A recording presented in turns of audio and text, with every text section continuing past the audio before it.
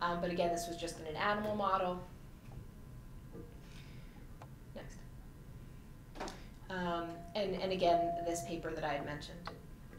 So this was just a snippet of that. So here you can see going across states that are higher, have a higher incidence, states that are lower have a lower incidence, and then percentage of population receiving fluorinated water. So there you see Oregon. Interesting thing is, looks like the second next to Oregon is actually Alabama up there for highest incidence of eye cancer. And then just trying to correlate this with fluorinated water. It was a very superficial study, really just looking at correlation. I actually spoke with the gentleman who did this research, and he said he was, just trying to look for any possible trend. We don't really think that there's an actual connection, but it just gets you thinking. So Dr. Sato already mentioned that, there's been a couple of sites in the country, where we felt like there's some unusual accumulations. Yes, we are based out of Philadelphia, Pennsylvania, but as you know, because this is a rare cancer, we see people from all over the country, including Alaska and Hawaii. And when we've looked at our patients, certainly, there's ongoing efforts in North Carolina. You mentioned New York. We're here in Alabama. The interesting thing about Louisiana, I just want to put it up there because some people will ask, there actually is what could look like an accumulation in Louisiana, but it turns out they're all somehow related. So it's a number of patients who have been in the town for a long time, and they actually have had a germline mutation that's actually spread. And so they're all have an increased susceptibility, so it's not completely individual cases. That is something that we looked at in North Carolina. It turns out there's no germline mutations that are running through those patients. And again, when we look at Alabama, and certainly the question of, Auburn University, these are people that are transiently coming to college. It's not that they're all from the same hometown. So it's a little bit of a different scenario. Next. So I combed the literature, and there's only ever been one previously described cluster in 1982. And it was really, they thought they found 3 patients in the same town, and they actually compared the town that the patients were from and compared it to the next town over, and they thought they saw an increased incidence, but again, nothing really came out of this investigation. So what really started all of this, like I said, was really this awareness that there was a bunch of young girls, all in Huntersville, North Carolina, at least 3 of which that went to the same high school, and then 2 others that lived close by. So here's just the original 5, is what I'll call them. There's certainly been a number of patients after the fact, but this was the first 5. And I just want to point out, initially they were all female, all young, all diagnosed, between 2008, 2014, living in potentially different states at the time of eye diagnosis. So 2 were living in South Carolina at the time of diagnosis, a few of which were diagnosed in North Carolina, but 3 of which were actually diagnosed in Philadelphia. But we could all point to Huntersville, North Carolina in 2005. So they were all in the same place in 2005. So this is what really got us thinking and certainly launched the investigation in Huntersville, because this is not something that you would expect. And this is what I'll call the first 3 of here in Auburn, Alabama. So it was really around the time that we were investigating North Carolina that we started asking our patients very simply, do you know anyone with eye melanoma? And one of our patients said, well, yes, two girls that I went to college with, also were diagnosed with this cancer. And that, again, sparked our interest. So it's a little bit of a different population, maybe a little bit older, date of diagnosis a little bit longer after the time that they were all together in the same place. But again, you notice that they were living, maybe in Alabama or another state at the time of diagnosis, maybe diagnosed in Alabama or another state, and I'll tell you why this is important. Next. So, when we first started to investigate this, and we reached out to the state departments of health to kind of say, oh, gee, is there something going on? Do we really need to be investigating this? They have a pretty uniform way of approaching this. Don't expect you to memorize that math equation, but really, it's looking at something called the standard incidence ratio. And very simply, you look at the number of observed cases, you look at the number of expected cases, and if your observed cases are higher than your expected, you say, well, gee, there's something fishy going on here. We need to take a deeper look. So when we had them run these statistics in North Carolina for the county, it was not statistically significant. You want the number to be greater than 1. And then in Alabama, they ran some numbers statewide by only females. And it looked a little bit higher than 1, but it wasn't really statistically significant. And I'll be honest, at the time that we ran that, not all of the cases were included. Because what has to happen typically is the person needs to be living in the state at the time of diagnosis for the case to be counted in the state. Further, if they're diagnosed out of state, oftentimes there's a lag from when that case gets reported back to the state. So there's many reasons why this approach for this particular instance is inherently flawed. And we realized that, and we felt like we needed to approach this in a little bit of a different way. So, like I mentioned, and in the reports that came from North Carolina, they actually mentioned some of this in their report, saying that the incidence rates may be underestimated because we don't have all the complete cases. They noted they didn't have data for the cases diagnosed as early as 2014 due to lag time in reporting. And they said also that the cases out of state may be receiving treatment in North Carolina were not included, as they were not required to be reported to the North Carolina Cancer Registry. So this is some of the fine print in the report that we got that basically said, no, this does not meet the criteria for a cancer cluster. Next.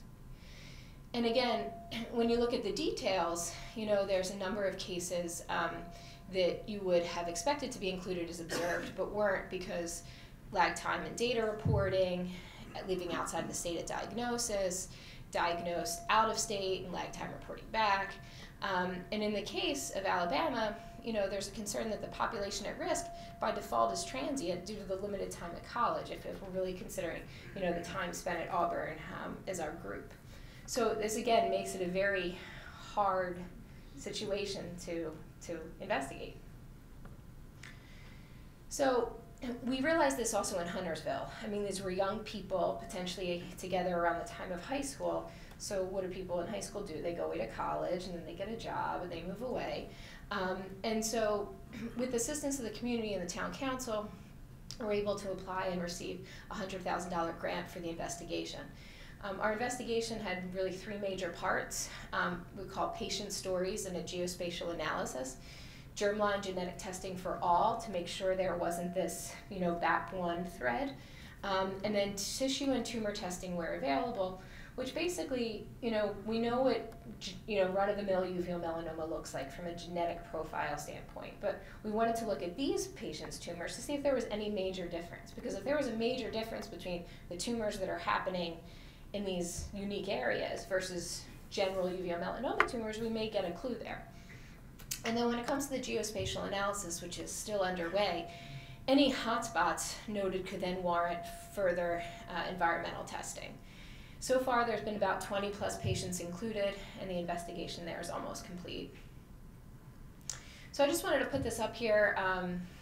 John Castles can certainly talk a bit more about it, but when we talk about using patient stories to look for correlations in time and space, it's really kind of looking at a map. Looking at a map and plotting patients where they were in time and space, and then you overlap those maps, and if there's something that looks statistically significant, okay, well, everyone was here at this time, then that sometimes you can drill down further and try to look further into it. So there's some other just general issues with case reporting, which is why we haven't been able to rely on some of the statistics that have come from the state health departments. When cancer cases get reported, they use codes. There's not a concise code for uveal melanoma. Oftentimes it may be reported as melanoma of the face, not otherwise specified, or cancer of the eye, not otherwise specified. And so sometimes those cases get lost. Often there's no biopsy for histologic diagnosis, so most of the people in the audience, if you've had a biopsy, it might have been for genetic testing, not necessarily to look at it under the microscope. And often path reports are part of the report to a cancer registry to really include the case. And current reporting of cases did not include much beyond diagnosis. So, these cancer registries, when they're getting these cases, they're not necessarily getting where you've lived, the last 10 years, which is really the information that we're after. Next. So, just want to talk 2 seconds about how hard it is to investigate cancer clusters. We actually met with the state yesterday, and the guy who kind of runs the registry there says, oh yeah, I get calls all the time. Someone will call and say, I think I have a cancer cluster on my block. I was diagnosed with lung cancer, the guy next to me has brain cancer, the woman across the street has breast cancer. That's not what we're talking about. We're talking about a rare cancer, that you shouldn't know anyone who has it just because of the sheer incidence of it, but we're finding more cases. And just to show you that true cancer cluster investigations are fairly rare. This was a report of 20 years back in the early 2000s, and maybe there was over 500 true clusters investigated. Only 72 were actually confirmed in the statistical sense, only 3 associated environmental exposure, and actually only 1 ended up having an established cause, and this was mesothelioma and asbestos in North Carolina Navy shipyard workers. So it is very difficult to really investigate these things.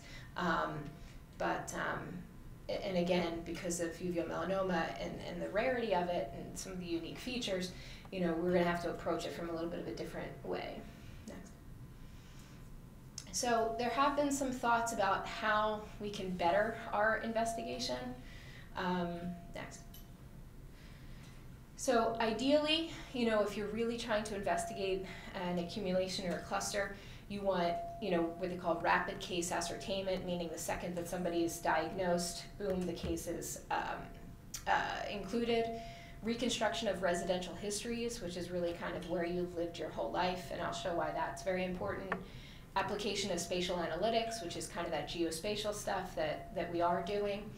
And continuous monitoring of the registry data, because you may have 2, 3, 4 cases, it's not really piquing any interest, but boom, you get to 10, it'd be really nice to be able to investigate it in more real time, as opposed to having to go back, say, now 30 years, to where you think it may have happened. Next. So, the best way to probably investigate this would be if we had really had a national uveal melanoma registry, where cases were directly entered by participating sites or patients. And the thing is, again, this is not breast cancer. It's not getting diagnosed at every hospital in the country. There's really only about 30 plus places in the country that really do this and diagnose the majority of these. So you would think that it shouldn't be that difficult.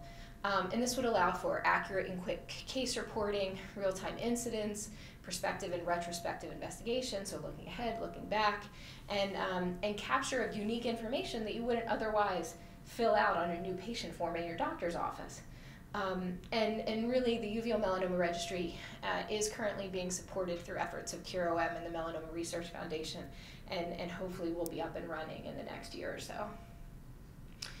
But until then, we have some work to do. So I just want to illustrate kind of, what our concerns are and why we're taking the approach that we're taking. So this is just an example where, say there were 10 cases diagnosed in 2016, and this is where everyone lived. Okay, so we have people living in California and Pennsylvania, some in Texas. So it doesn't look like these cases should all be connected in any way. Next. And what if they lived here in 2003? Still, nothing really linking them. And maybe they lived here in 2005, because people move. But what if they lived here in 2008? And then in 2010, they moved again. Next. And next. And next. And next.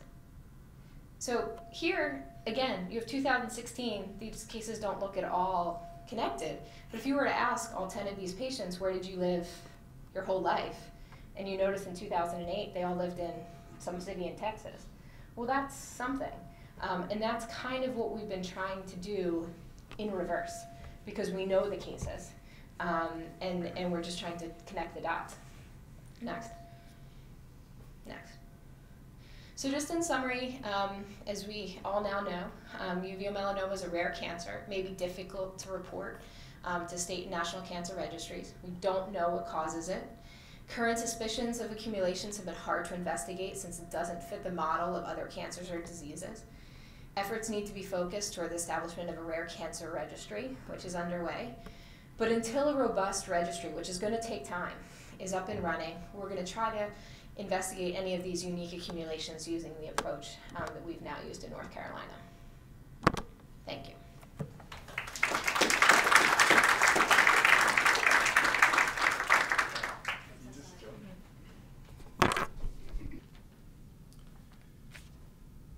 Okay, thank you, Dr. Orloff.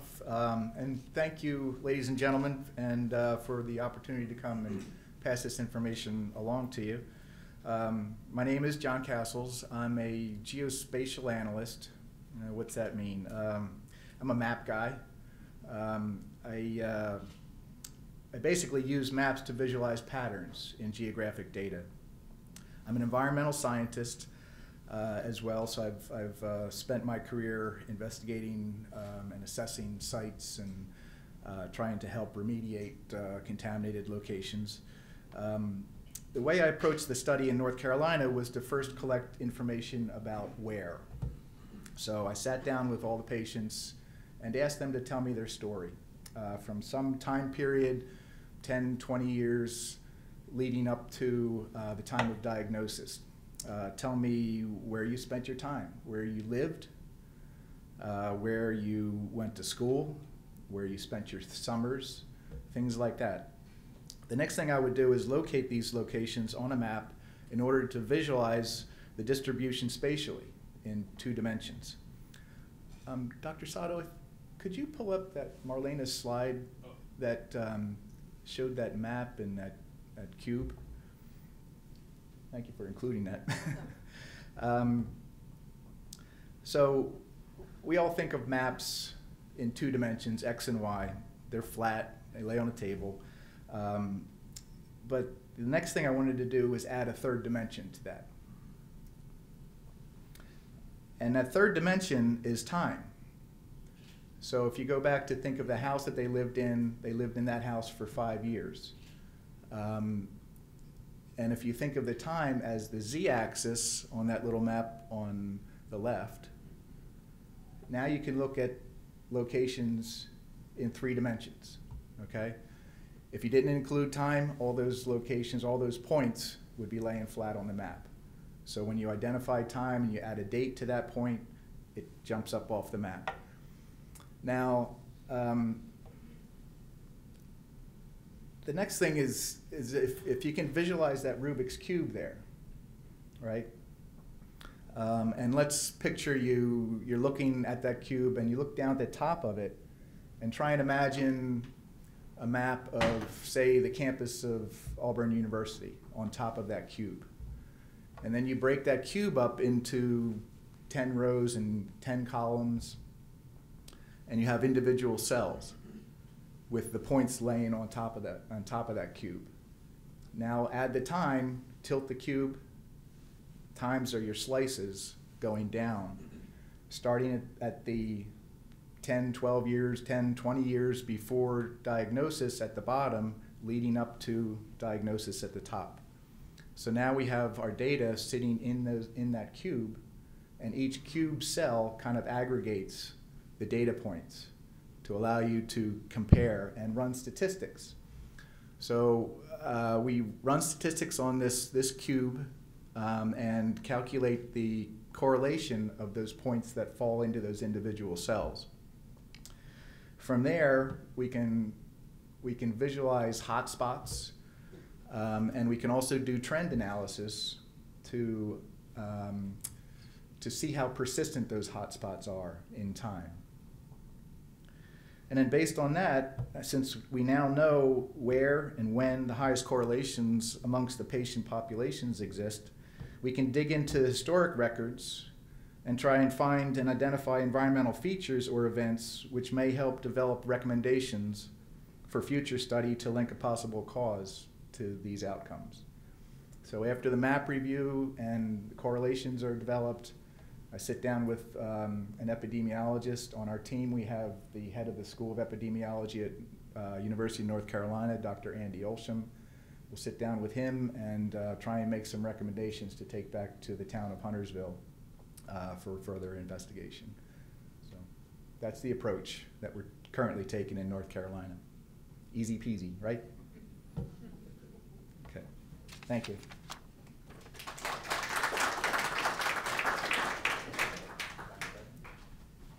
Thank you. Thanks, John. I'm here because I met Marlena. I'm a retired ophthalmologist in North Carolina, in Burlington, and I was trying to work on my golf game, I guess, and my friend in Raleigh called and said, what do you know about Huntersville and melanoma? I said, I know a little bit about melanoma, not much, because I'm a general ophthalmologist. I'm not a tumor guy. That's the tumor, not tumors. I know where Huntersville is, but I don't think there's any connection. He said, well, you and your Eye Society colleagues have been sleeping because there's something going on there, and it is uveal melanoma. It's a very unique population of uveal melanoma patients. So I'm here to talk not about the science, the medical science or the geographic science. I'm here to talk about what I guess I'd call oculopolitics and how you start to influence decisions that can affect our patients. And it's a little more on, I think, on professionalism and the psychology of medicine more than the physiology. But I learned pretty quickly when my friend in Raleigh said, help us out and get down to Huntersville and find out what's going on. I learned that Marlene had been there as a response from Jefferson, and that I knew that her colleague, Dr. Sato, was very sincerely interested in the patients of Huntersville as much as in a way, as much as the science. So I could sort of sense that. My friend Randall said, please get your ophthalmologist in action. And that was our response. So you can switch, please. I've never published anything, so no industry would ever come to me and say, we'll pay you to make this talk. I have no financial disclosure. Next, please. So here's Huntersville. Geographically, it's not too far from you, really. It is in the southern part of North Carolina. It's a very large, Charlotte, a very large metropolitan area. Huntersville is a up-and-coming, upper-class northwest Charlotte region community of about probably 150,000 population, depending on how much you include.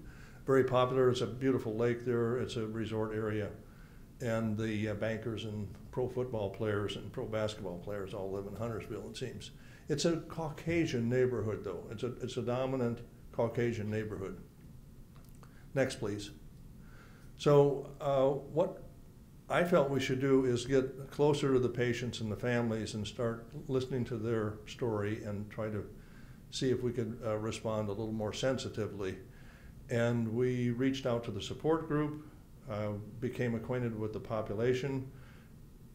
Dr. Orloff and her colleagues in Philadelphia had a majority of the early patients. And this is part of the problem, and I think it was mentioned that this is obviously a very rare tumor. So treatment for the tumor is very selectively allocated to certain medical centers. And their colleagues in Philadelphia, the Shields, Dr. Carol and Dr. Jerry Shields, are recognized around the world as it's the mecca for melanoma. Many of your patients know that. Now, in the last year, other medical centers, other ophthalmology institutions have accelerated and have developed the capacity. But Philadelphia still is the draw, and this was part of the problem in the Huntersville area because my colleagues there were really not aware these patients were identified by someone but sent to Philadelphia. So the community was a little bit in the dark about the number of patients, and even the school girls that were referenced, the 3 girls who were at Hopewell High School, overlapping in time. They weren't really classmates, but they overlapped in time. And suddenly 2 of them are deceased. So the community was really in arms. The state was called, and I'm sort of going through now the institutional response while we're trying to get in touch with the patients. The institutional response of the state was reviewed. They did what they could and should, the state health department, the county health department. And they did even after a little coaxing, the school cooperated for a phase 1 environmental study of the school grounds. And it was determined to be negative. They reviewed the scientific literature. They consulted experts in our profession, in the oncology profession, in the epidemiology profession, and said, we don't find this to be a cluster, and this is the registry problem, because by this time some of the girls who had been at Hopewell together had left the community, gone to college, gone to work, and they were, the residence at time of diagnosis was maybe in Georgia. The final diagnosis was imprinted upon them in Philadelphia, so North Carolina got sort of left behind. And that's why the registry could say, well, they don't really belong to us. One of our problems that we're working on. So this was the sort of the institutional response.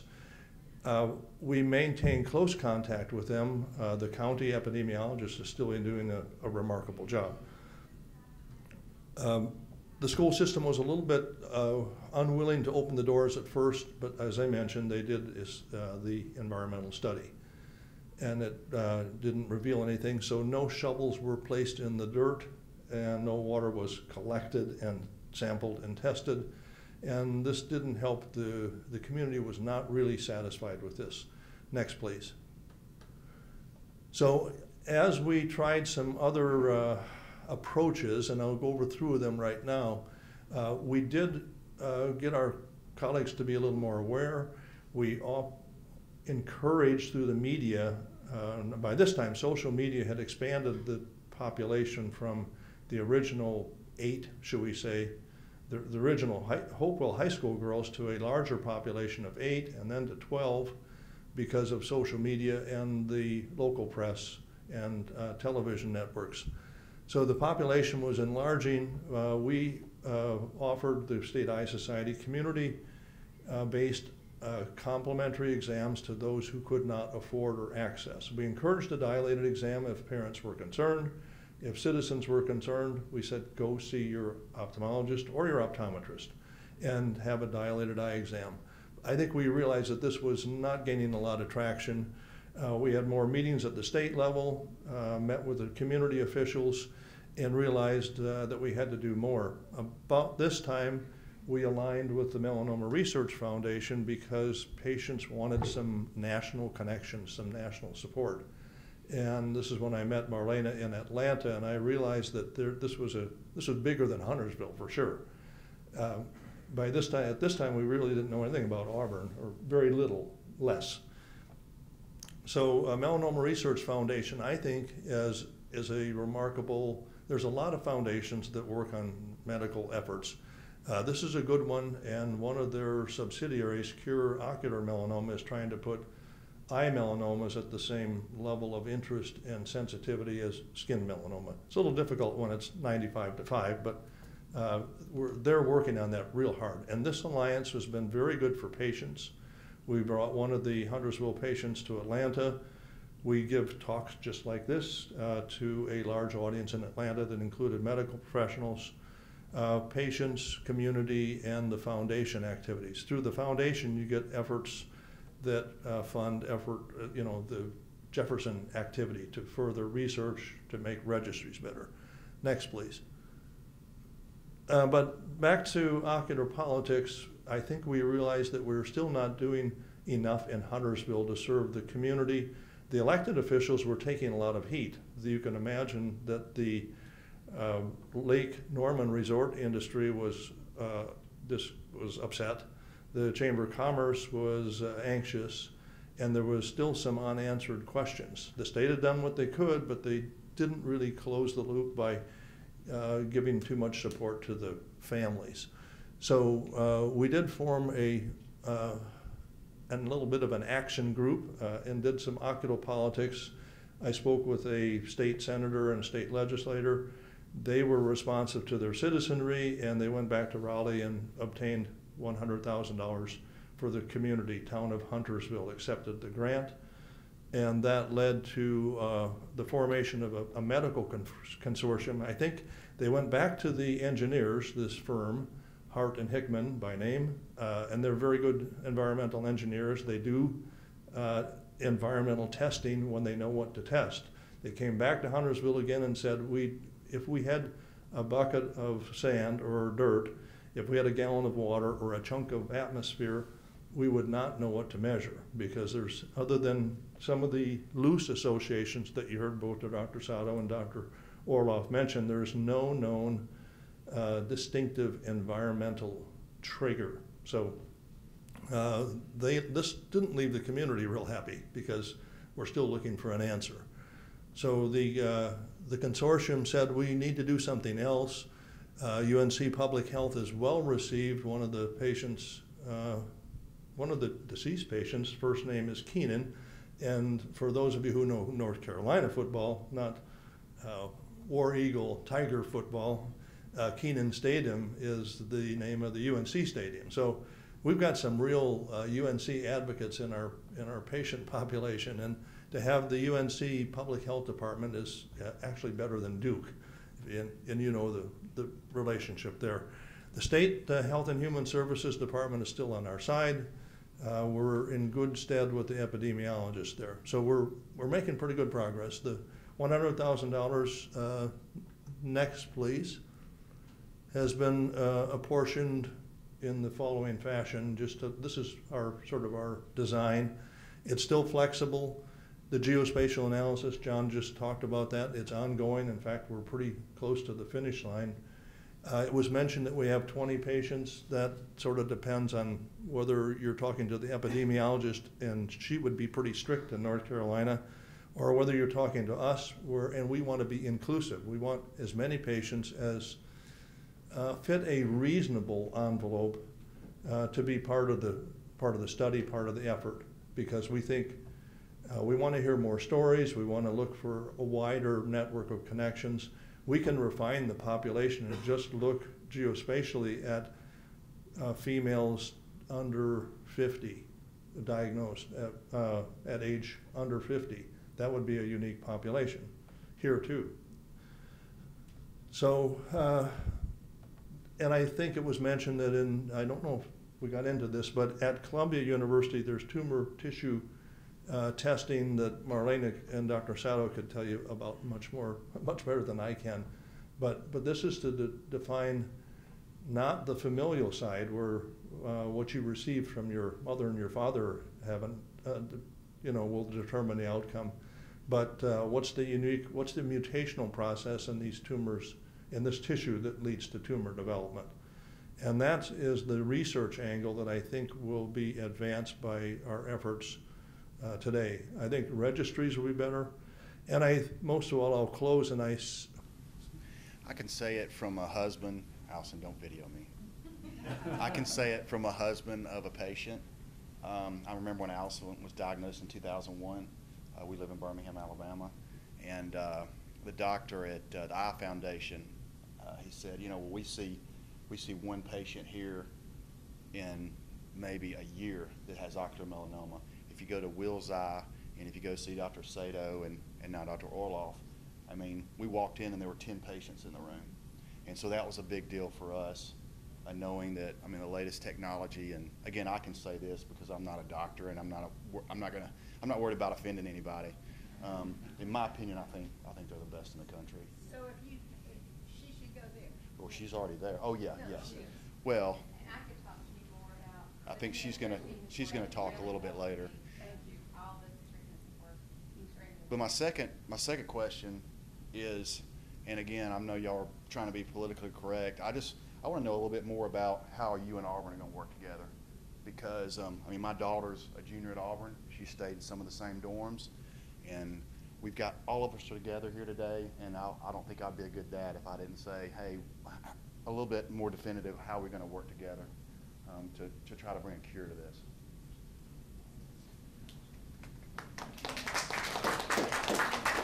Thank you very much for your comment.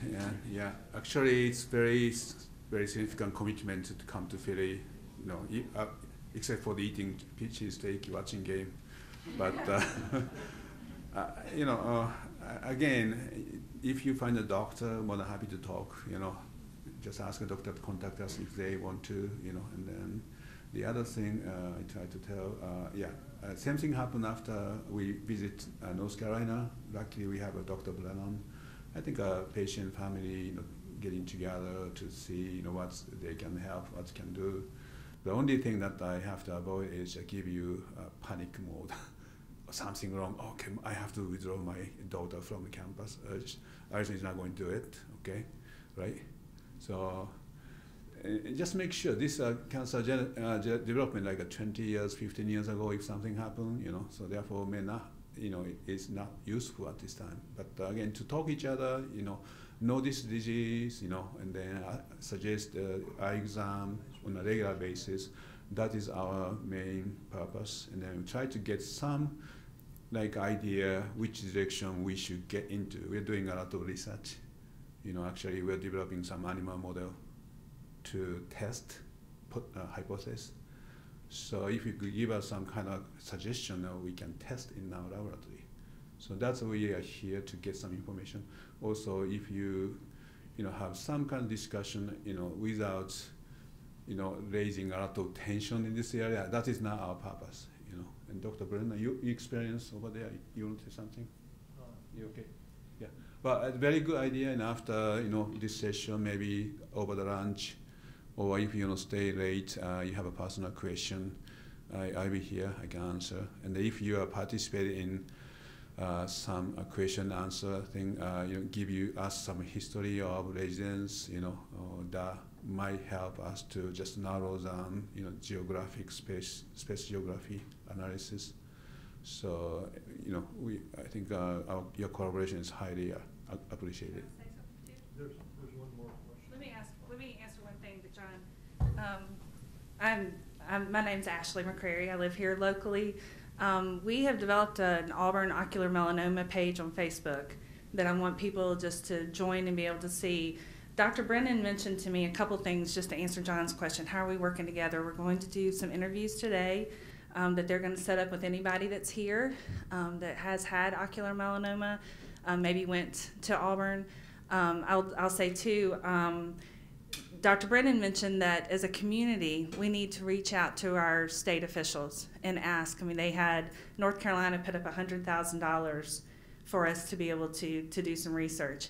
I've lived here 2.5 years. I don't know who that is, but I know that Mr. Armstead's going to help with that. So I'm hoping that we can reach out to Tom Watley or whoever in the community. Go ahead. I'm Jennifer Locker, and my husband's the state rep, so that's why I came today. Okay, good. We're glad. You are getting support. Good. We're glad you're here.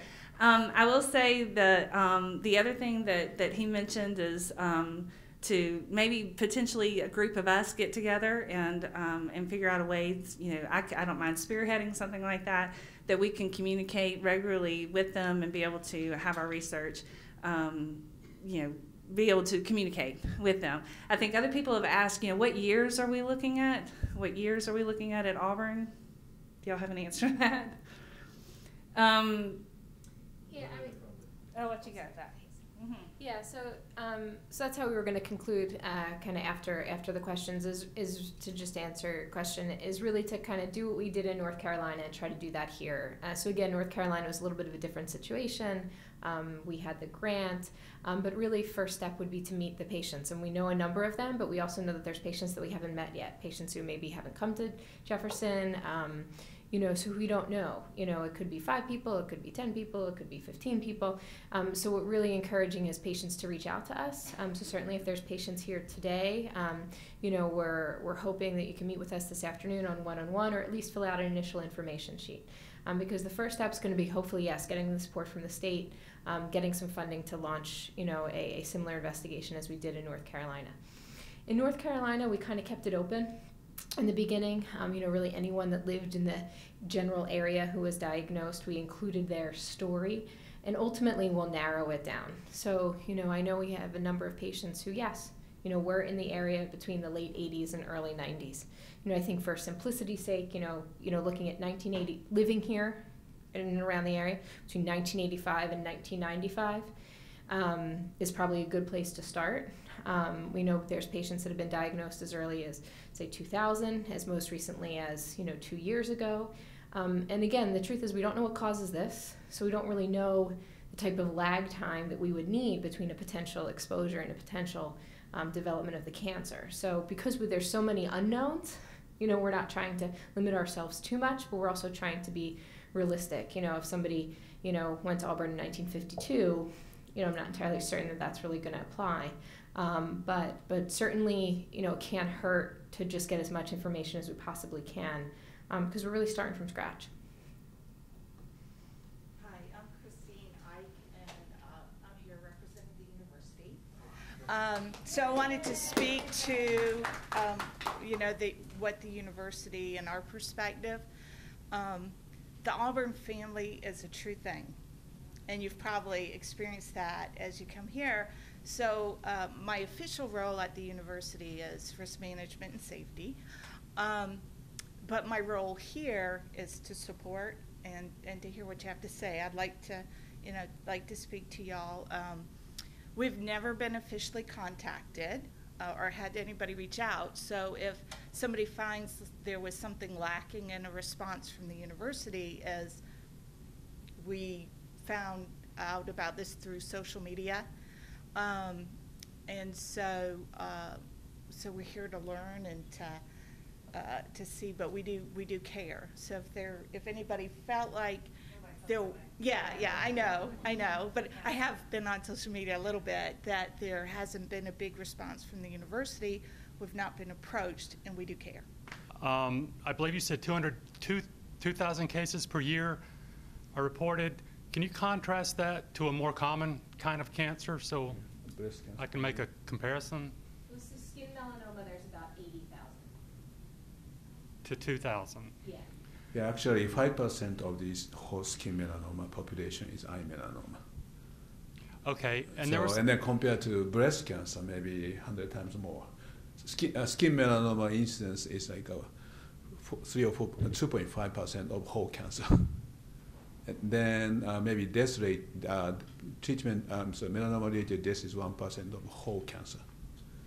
And then now we dig into that arena, and then majority of the melanoma is skin melanoma.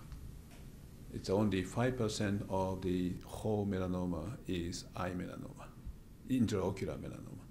So it's very rare. But going to the ophthalmology, oncology field in ophthalmology, this is the most common eye cancer. Then if you go to the kid, that's a retinoblastoma. And then, but the reason why we got some attention is, as I told you many times, the peak of the diagnosis in their 60s. So I just, state registration specialists so helpful, and then they show me how many patients are registered to Alabama, and then I say 40 years or younger, maybe this rare disease only 5%. So majority patient is above 40 years old. So if you see these 3 consecutive cases from same area, we feel something very strange as a clinician. And then, but again, as I told you many times, so far we couldn't find anything wrong.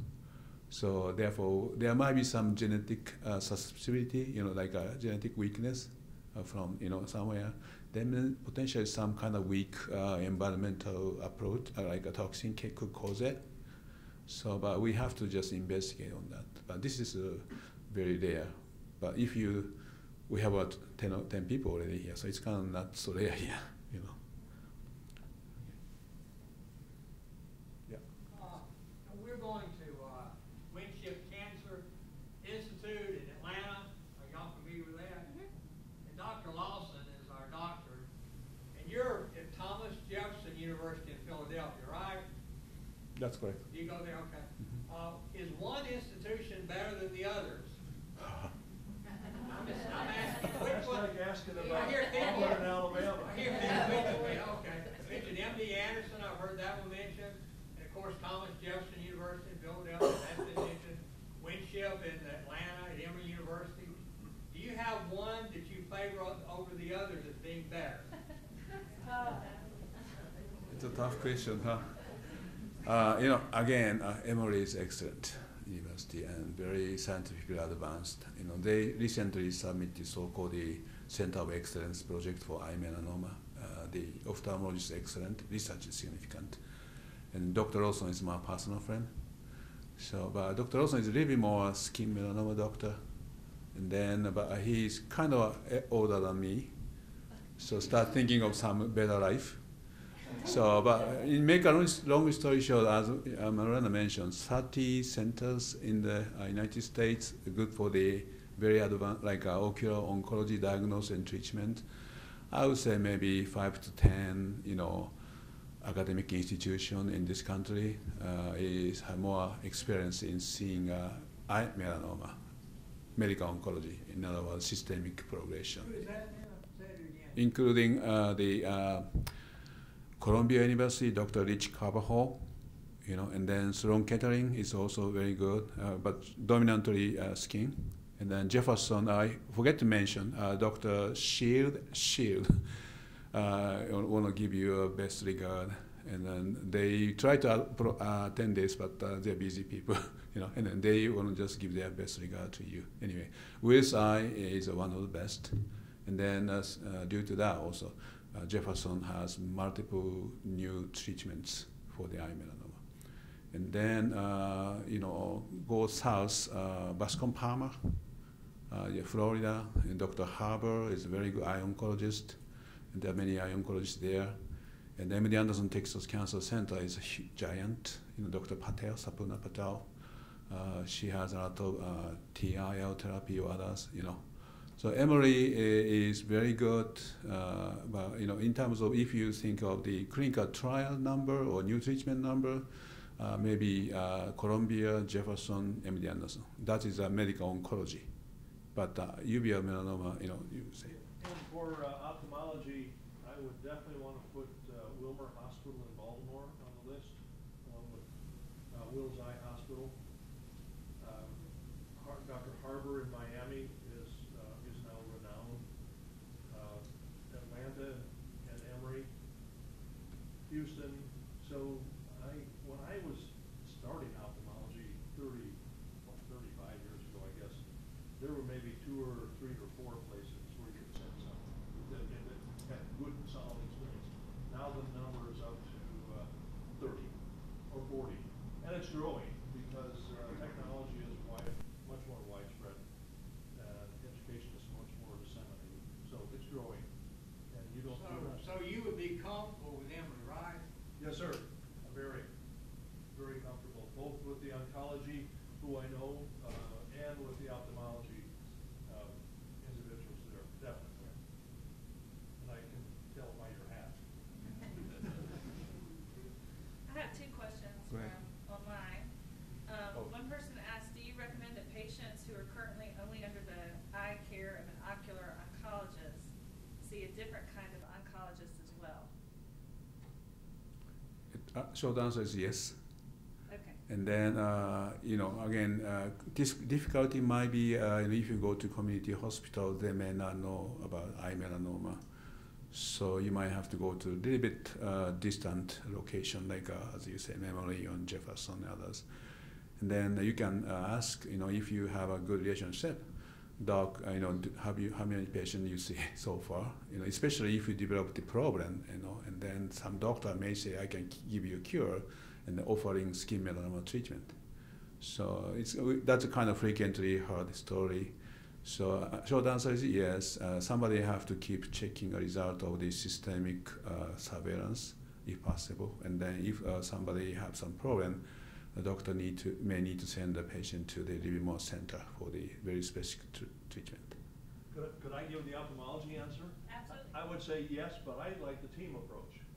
I like the idea that if you go to Philadelphia, you've got the Shields who are global experts and see more melanoma patients than any other ophthalmology practice.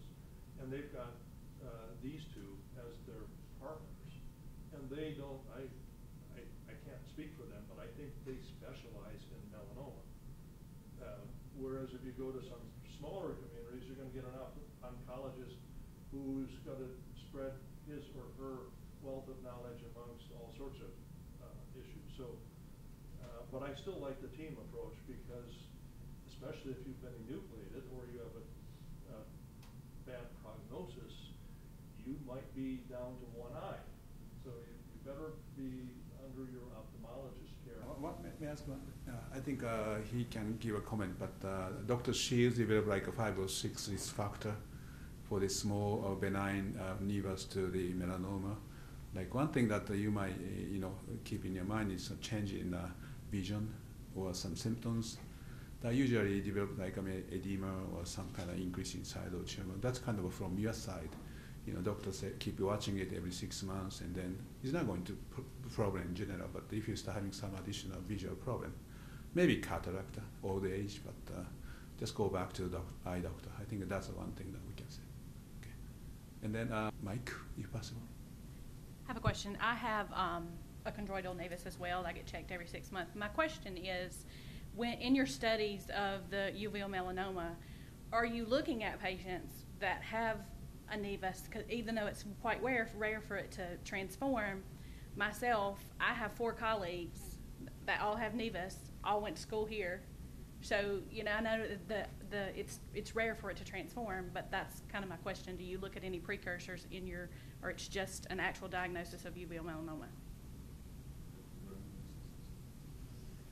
I'm not aware of any other environmental factor that would accelerate the transformation of a nevus. Is that maybe one answer? Well, I just didn't know if you were looking at like a pre-cancer per se to uveal melanoma, since a nevus it's rare, but it can. And I just think it's just weird that I have colleagues myself, and 3 of us went to pharmacy school here, and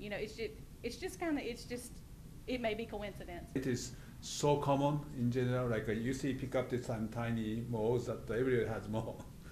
So if you say I have 20 moles, and then this is from the reason why, based on the reason why I live here, nobody believe it, right? So I think it's a very good question, and then nobody has an answer, but in general, it's kind of very difficult to connect the benign spots to the actual cancer incidence, I hope that the Dr. Shields here. I have a couple of questions. First of all, thank all you guys again for coming and your work in this area. I really appreciate it. I'm a local optometrist, and so of course now I'm getting a lot of questions as this story gains more traction, and this kind of goes along with the last question there. You did the genetic markers on the potential aggressiveness or prognosis of the different melanomas when you had the biopsies done. Is there any work being done as a genetic marker for propensity for these nevi to mutate to possibly a uveal melanoma? Is there anything there? And also, is there any research maybe coming in that area? My second question, if I can go ahead and give that, is how much, what type of cooperation are you receiving from our university in kind of looking at the environmental conditions during the time frame we're looking at? Thank you. I hope university people, he's here to say something. Hello, but I'll try the second one. I'll let them. Yeah, sure. I think I'm not ophthalmologist. I seriously wish that the Dr. Shields is connected. However, I attend a couple meetings. This is a thin, very thin pigmented lesion. Diagnosis is very challenging. So, and then if same thing for the skin, pigment lesion in the skin. You keep cutting, it's easy for the skin, but you cannot lose the eye, right? So the biopsy is difficult because very flat. Sometimes they pick up the blood specimen, and then maybe diagnosis is not so accurate for the very thin melanoma. So the only thing that we usually recommend is if a patient has actually family member of the eye melanoma, then if your son or daughter has some freckle, tiny spot, I think you should keep watching it, because there's 2 gene mutation needed to be aggressive. One is a so-called G protein abnormality that might cause some nevus, like a blue nevus on the skin. Skin more benign one is BRAF mutation is present, even though it's not cancer. So these nevus may have one gene mutation. But that doesn't mean it's going to be a melanoma. So but if patient has family history of melanoma, eye melanoma especially, there might be some second gene may be very weak, by getting a strong light or turning bed without glass may damage, So therefore, patient who has some family history, we usually ask them to bring a family to the eye doctor for the open eye dilation. And then if patient has another schemo on the other side, eye spot in the other healthy eye, usually eye doctor is kind of carefully watching it. And then by taking a blood, it is not so helpful. The germline mutation is probably less than 5% in a whole eye melanoma patient. So therefore, getting blood is not so helpful unless you have a family member of multiple cancer. Very strange cancer like mesothelioma, brain benign tumor, meningioma. If family has kidney cancer, some patient has some skin melanoma, pancreatic cancer, such and such, breast cancer, for example. If accumulation, actually, that is the territory with Dr. Olof. You want to say something? But this kind of patient, usually we recommend, definitely at least once a year or every other dilated eye exam. So, and the patient may come to your office more, and then, but most of the cases, probably you agree, most of the cases just benign. So for these patients, then, of course, they're becoming more anxious if they were in the environmental condition that we're talking about at the university at this time. There's nothing on the horizon as far as a potential screener, because of course they're okay now, and we check them out, and a lot of them don't even have a nevus, but there's nothing in the works at this point that could, you can take this test, or this test is coming, that will allay their fears a little bit. No, and I think so what he said was, even if they have a freckle, these are not things that we biopsy. I mean, there's certainly, features, drusen, orange pigment, different things when you see a nevus change that you may get more concerned. But, when we talk about a nevus, maybe 1 millimeter. Even melanomas that are 2-3 millimeters because they have other features or are growing, that's still very hard to biopsy. So we're not doing the Castle testing or the chromosomal testing for nevi. Back to Auburn University, Dr. Kam, the medical director of the university, has been very gracious. I've spoken with him a couple of times. When we decided to come here at the invitation of the patients, we realized that we could be viewed as invaders. What are you doing here? You're from Pennsylvania and in North Carolina. What are you doing in our backyard, and what do you know about melanoma? So I did talk with him. We talked in advance with the health department, and we feel that we wanted to have some credibility or some acknowledgement. I talked to Dr. Mock's partner, Dr. Weeks, is that correct? Yes, sir. To let him know in the community that we would be here, because I didn't really want to feel like we were the University of Georgia. Or Alabama. And then I come down here wearing a red sweatshirt. So the answer is yes. But you're sort of getting us into what should we do next, and I think we've probably got time to have you tell us what you think we ought to do. Again, we're outsiders, and we are in a private institution, a hotel, because we didn't really have the authority to come and do this at the university or do this at the State Department of Public Health. Thanks again for coming. It was kind of tough to see you, Dr. Sato. I didn't realize how hard it would be after all this time. Probably one of my questions would be for you. What is being done to educate doctors to recognize this disease? Because my mom was misdiagnosed twice. And, it's like you're talking about changes in your eyesight. Well, at 60 years old, we have changes in our eyesight. That's really normal. And she was seeing fireworks, and they said, well, you have dry eyes. So I think it's such a rare disease that a lot of doctors are probably missing it.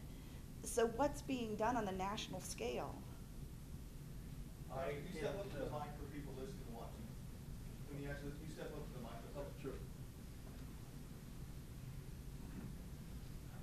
I can answer that indirectly. I can say that the accredited training for an ophthalmologist or an optometrist, and the U.S. has very good accreditation standards, is a rigid application of eye examination technique.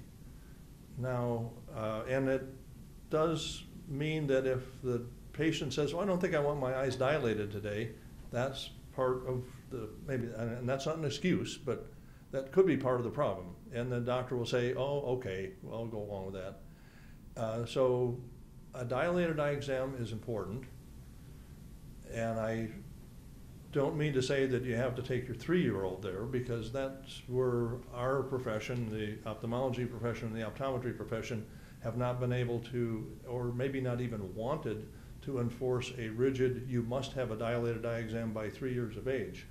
You can talk about when it's sensible to do a mammogram, but it's a little difficult to put down a time frame for a dilated eye exam. You can have a melanoma and be asymptomatic for a long time. So public awareness of the need for regular, frequent dilated eye exams is a good outcome that we should strive for in this, as we bring some attention to this. So I went to the eye exam this past week, and they know the history and stuff, and they do this thing now that they take a picture of the back of your eye, and they said that was the same thing as a dilated eye exam. I didn't need to do dilated. Is that the case? I said before, I don't believe so. Yeah, okay. And when you have genetic and potential geographic predispositions, are you still saying that the only thing you should be looking at is just making sure you get that that annual eye dilation? Yes. Because we have my whole family. We went to school at Auburn, and yeah. I'll say yes to that. Thank y'all for coming. I was diagnosed last January before last with choroidal melanoma by Dr. Mock, who has been following my freckle for a long time. We don't want to say how many decades, but he diagnosed it early and everything, and went to Emory, and loved the doctors up there, did the radiation therapy and all that.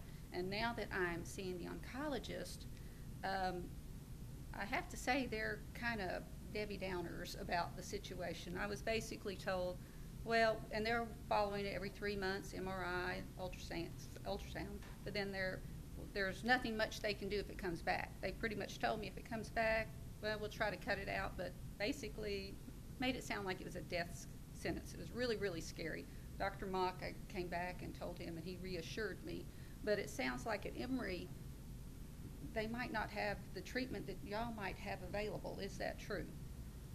Great questions. I'm sorry, but I want to know where to go. You put me in a difficult situation. Sorry. I'm not in a position of criticizing anybody. Okay.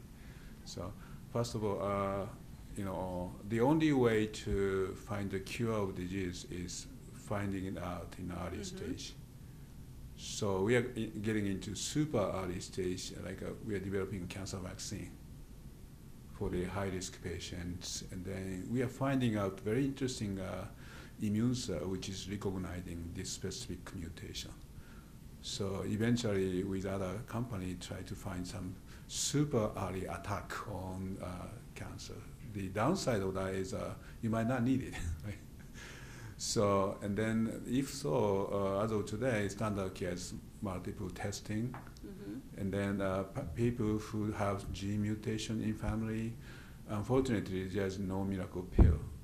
So therefore, it's just kind of matter of the more tendency of getting cancer. So therefore, the only thing that we could do right now is the multiple screening testing, hopefully not so invasive.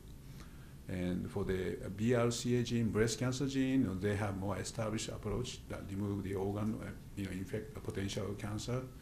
But we can't do that for the eye, right? So we need eye to keep an eye. So therefore, only thing is just multiple testing, but in a very sensitive way, sensitive technique. And then in terms of treatment, I think they are part of multiple institutional clinical trial. But we are a little bit more strong pressure from patients and the community to develop something new. So that's the reason why, and we, Dr. Olson, my friend, 90% maybe skin melanoma. Then I am almost 100% eye melanoma. Dr. Olo, 70% eye melanoma.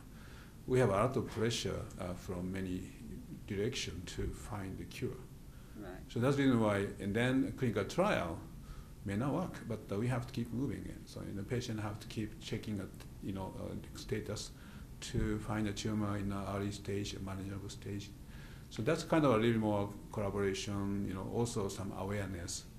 That's the reason why, if we have free time, I go to individual state to talk a little bit, not, and then give us some kind of shaking hands stuff, But we need both need a teamwork and also some education each other. And then that's the reason why a doctor you have to find a good doctor, being very compassionate, a listener, and then they admit, they have some weakness. So, and then they have some weakness, so we are more than happy to collaborate, and then, So that's a long story, and I cannot grade the Emory, okay? Emory is a good university, and then, but in terms of clinical trial number, maybe only 3 or 4 institutions. Emily Anderson here, Jefferson, and Columbia. These are 3 major institutions for the IML. Well, have y'all had success with the immunotherapy? Excuse me? Yeah, I think Emory is open. Now, Emory told me it didn't work.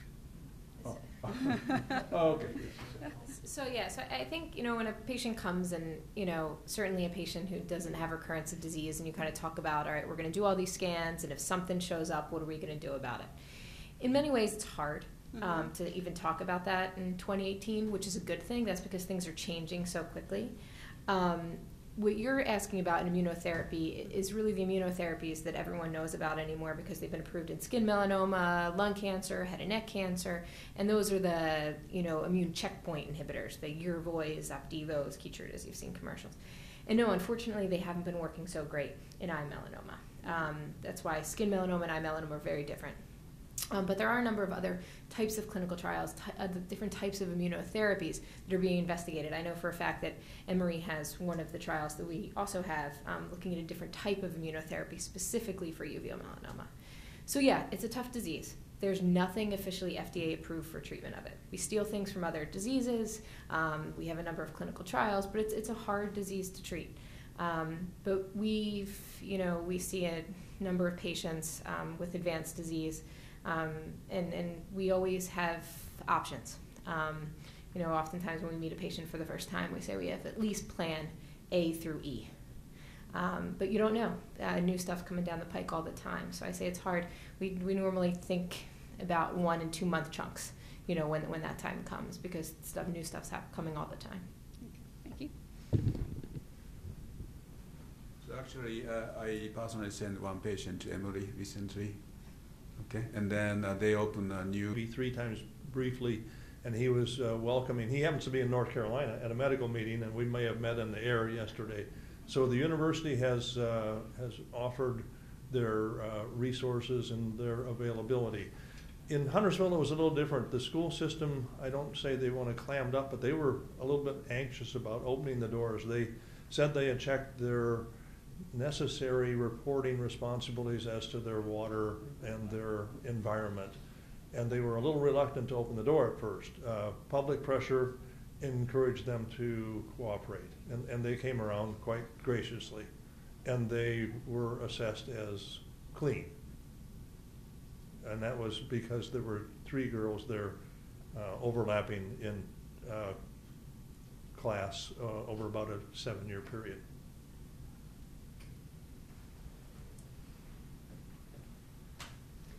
No one has said it yet, so War Eagle. I'm Courtney Redmond. I lived in Auburn from 1994 to 1998. I was diagnosed in 2005. I'm one of the lost statistics, born and raised in Alabama, diagnosed in Georgia.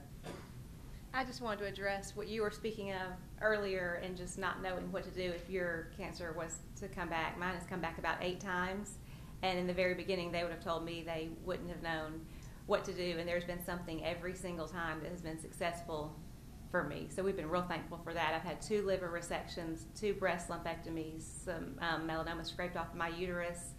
I have done Yervoy successfully, Keytruda very successfully, have been doing that for 2.5 years, doing real well with that.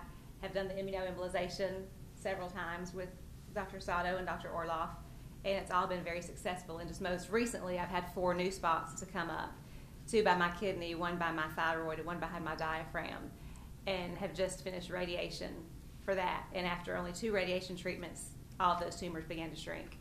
So I would just encourage you to, if they say there's not anything, there really is. There's always something coming up. It's a great time to have it because they're coming up with new things all the time.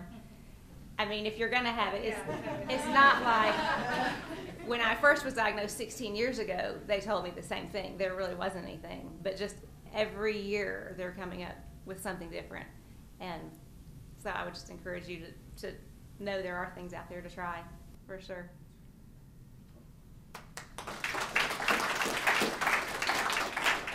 Lori, you want to say something?